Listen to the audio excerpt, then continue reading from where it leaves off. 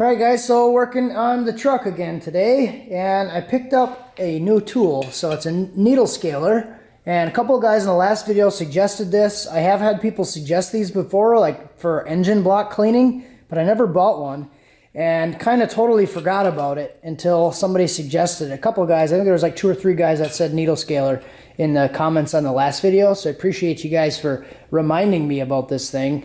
And I got the passenger side pretty much done. I know it doesn't really look that done, but I guess you can see that it is kind of cleaned up a lot.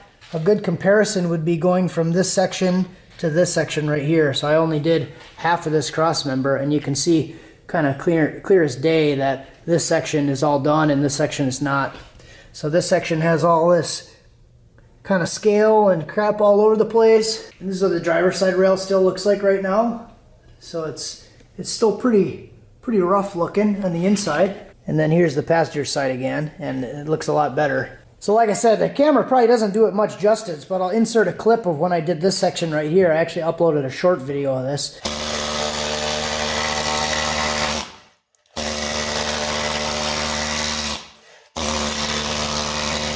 And it's enough to run continuously with the compressor on, and it doesn't actually run out of air and slow down. So it works pretty well. This is $27 at Harbor Freight.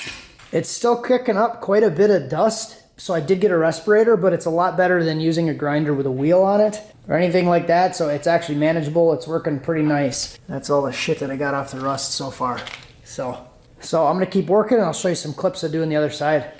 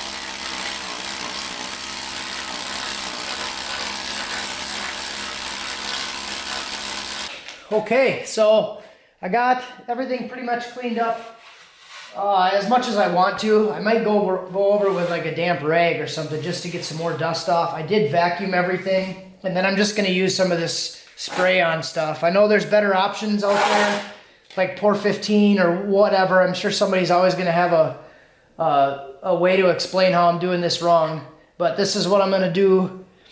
I just don't feel like dealing with any roll-on crap. I'm just going to spray it on. So this rust reformer stuff, and then I'll do a bunch of layers of like just some semi-gloss or satin paint, and then I'll start getting everything mocked up. I did get some new hangers. The new hangers are here. So end of today, I should be able to have everything kind of bolted on and mocked up. I'm not going to do the mount for the fuel cell yet. I'm just kind of focused on getting the leaf spring setup done today, and then I'll get this video up. But let's get started on that stuff. All right, so we got the first layer of the primer on there, looking pretty good. Got the axle all painted. It's pretty cold out here, so it's taking a little bit. Oh, I missed a spot, so I'm gonna have to get some of that, but I got a lot of paint. I did 2 cans. I did 2 cans of primer on the frame, and then 1 can on the axle. And then I have 4 more cans of paint that I'm gonna do. So should have quite a few layers on it, but I like how it's looking so far. All right, it's kind of getting to a point where the paint is a little bit dry. So I'm going to start putting the other leaf spring hangers back on. Fresh hanger, new bolts, new nuts. I already got the other side done. And yeah, I do have a little heater out here. I don't know if you can see my breath. It's cold out here, so paint isn't really drying all that fast. So I got a little heater on the frame, just kind of trying to warm it up out here. And really air the garage out, get all the fumes out of the garage. and then try to warm it back up. See, it's probably like 25 degrees in here right now.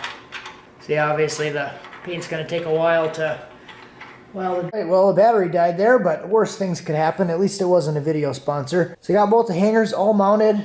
The paint is kind of all starting to dry and everything. It is still pretty chilly out here, so I'm just gonna let this stuff sit overnight. I did unpack the leaf springs and the Caltrac kit.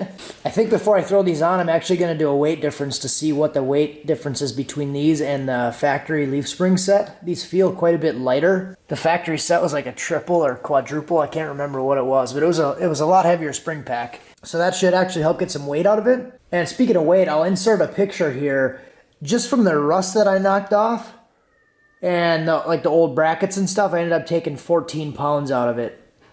So the brackets weren't that heavy, surprisingly, but all the rust and everything that I knocked off of it was pretty heavy.